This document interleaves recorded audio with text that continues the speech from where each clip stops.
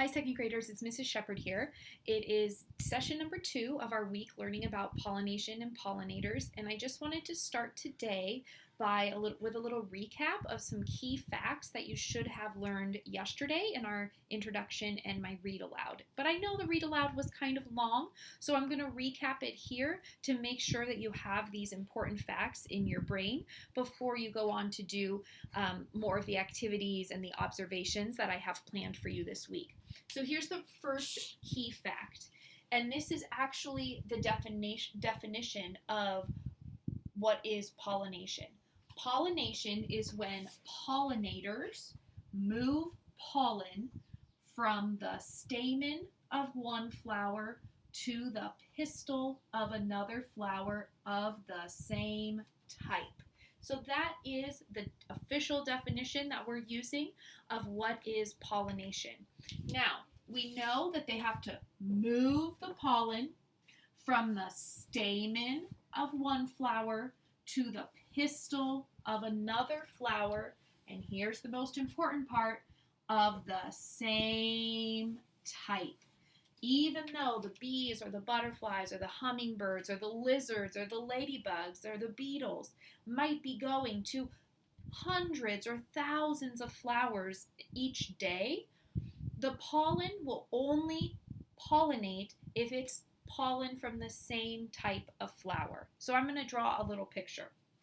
So if I have a bee, and first the bee visits this red flower, okay? Then the bee goes and visits, I'll get another marker.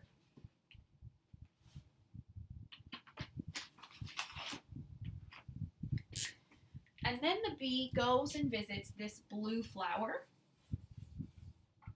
And then later it goes back to another one of those red flowers.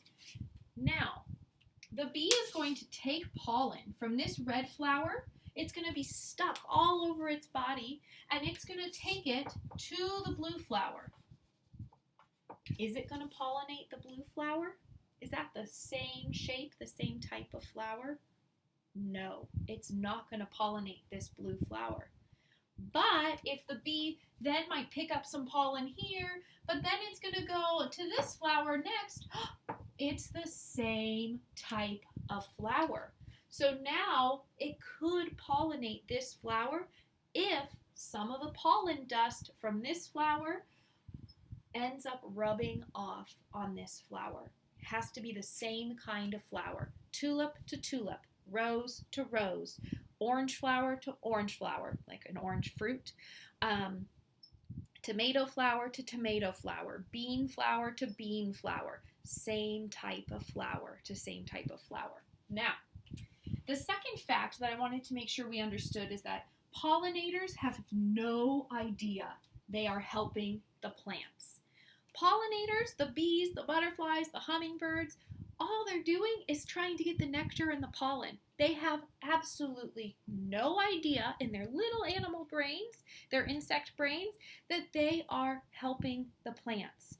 All they know is that they fly to a flower, they get the pollen, or maybe they want some nectar, and it gets on their body, and then they fly somewhere else and they get more on their body. They have no idea that it's accidentally rubbing off their body and helping the flowers with pollination. So it's not a choice. The pollinators, the hummingbirds, the bees, the flies, the butterflies, they're not choosing to pollinate.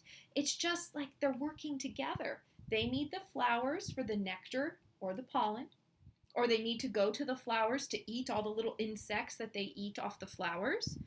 And by doing that, they are spreading the pollen around. It's not a choice that they're making. Oh, I'm going to go spread pollen today.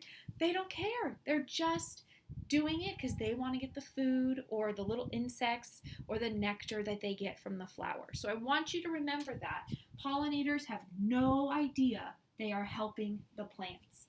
But like we read about yesterday, and you're going to do more reading about watching about in the next couple days, is that we have to have pollinators, or we're not going to end up getting fruits or nuts or seeds from plants. They are super important to us. That's why we have to help protect them.